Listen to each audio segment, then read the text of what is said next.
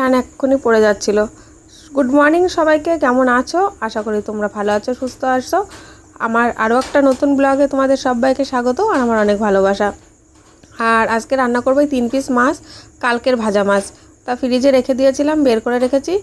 আর পটল দিয়ে আলু দিয়ে আর ঝাল চিড়েই রান্না করব। আর কালকের মাছটা না রান্না হয়নি, আমি না মশলাটাও করে রেখে দিয়েছিলাম 3 পিস মাছের জন্য। ওই যে তাই এটা ডিমের মধ্যে দিয়ে দেবো, পেঁয়াজ রসুন দিয়েই করবো। আর এদিকে ডিম রান্না করব। আর কিছু রান্না করব না আজকে রান্না এই।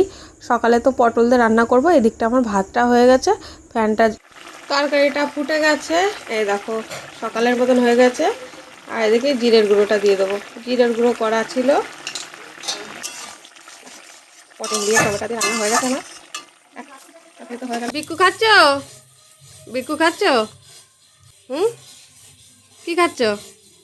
কি খাচ্ছ দেখাও, বিস্কুট খাও। আজকে রান্নাটা না খুব তাড়াতাড়ি হবে, তার কারণ আগের দিনের মশলা টশলা সব করেই রেখেছিলাম। আর এদিকে 5টা ডিম দেখতে পাচ্ছ, কিন্তু না, এদিকে 6টা ডিম ছিল। তা আমার বর সিদ্ধ খাওয়ার জন্য ডিমটা বসিয়েছে, ওই সিদ্ধ করে দিয়ে একটা ডিম খেয়ে চলে গেছে। আর 5টা ডিম রান্না করব, আরও একটা ডিম আছে, ভাবলাম পোস্ট করে এর মধ্যে দেবো, খাবো। তা ছেলে বললো মা আমি কিন্তু ভাজা ডিম পরে খাবো, তা ওকে পরে পেঁয়াজ দিয়ে ভাজা করে দেবো। আছি, এবার বেরোবো। চলো তোমাদের একবার দেখাই রান্নাঘরটা। সব গুছানো হয়ে গেছে এদিকটা। এই যে থালা বাসন সব এখানে রাখলাম মেজে ঘষে। আর তরকারি রান্না হয়ে গেছে, আজকে শুধু ডিমের ঝোল, এক তরকারি করি অবশ্য। এই যে ডিমের ঝোল করেছে আর নিচে ভাত। কফি করতে চলে এসেছি। তা আমাদের না যেখানে আর কি ট্রেনিং হচ্ছে, ওইখানে আমাদের চা দেয়, আমরা চা বিস্কুট ওইখানে খাই। তা আজকে চা করতাম না, নিজেরও মানে শরীরটা ভালো লাগছে না। আর এদিকে ছেলে বললো মা একটু কফি করো, তা ছেলের জন্যই আমার কফিটা করা।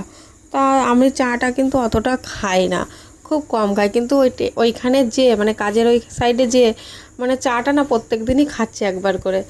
তা বেশ ভালোই লাগছে। আমি খাওয়ার একটা কারণ যে আমার না গলাটার মধ্যে খুব সমস্যা হচ্ছে, খুসখুস খুসুনি কাশি। আর এদিকে চাটা নিয়ে এখন ওই ঘরে যাব। ছেলে এখন চা খাবে, আমিও খাবো এখানে বসে।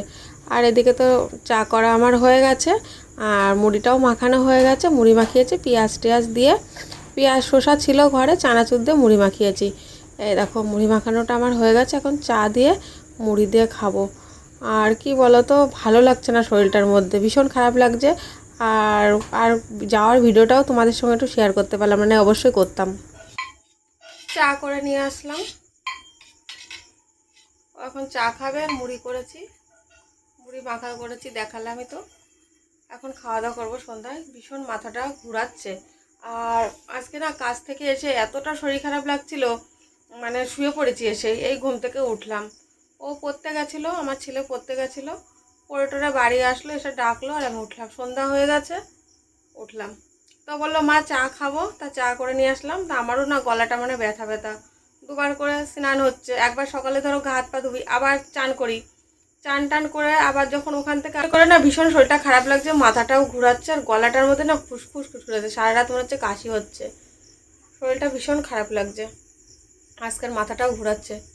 আর এখনও প্রায় 15-16 দিন এখনও কাজ হবে, 1 মাসের ট্রেনিং। তা 1 মাসের মধ্যে এখনও একদিনও কিন্তু বাদ দিইনি, মানে কষ্ট হলেও যাই আর কি। ছেলেও স্কুলে চলে যায়, তারপরে আমি যাই। আর তাহলে চলো, অনেকটাই কথা হলো। আর এখন চাটা একটু খাবো, চা খেলে একটু গলাটাও ভালো লাগবে। কালকে রাতেরবেলা প্রায় 1 গ্লাস গরম জল খেয়েছিলাম, শুধু ও আমার ছেলে একটু চা গরম জলটা করে দিল তাই খেলাম। আর এখন একটু গরম গরম খাবো। তবে আমি চাটা একটু খাই না, সকালবেলাও খাই না, সন্ধ্যায় খাই না। যখন একটু মানে শরীরটা মানে একটু গলাটা একটু কেমন কেমন যেন হয় তখন খাই। তা চলো, আজকের ভিডিওটা এই পর্যন্তই। কালকে আরও একটা নতুন ব্লগে তোমাদের সাথে দেখা হবে। ভালো থেকো, সুস্থ থেকো। আর ভিডিওটা ভালো লাগলে লাইক কমেন্ট শেয়ার করো। তাহলে তোমাদের সবাইকে টাটা, টাটা দিয়ে দাও।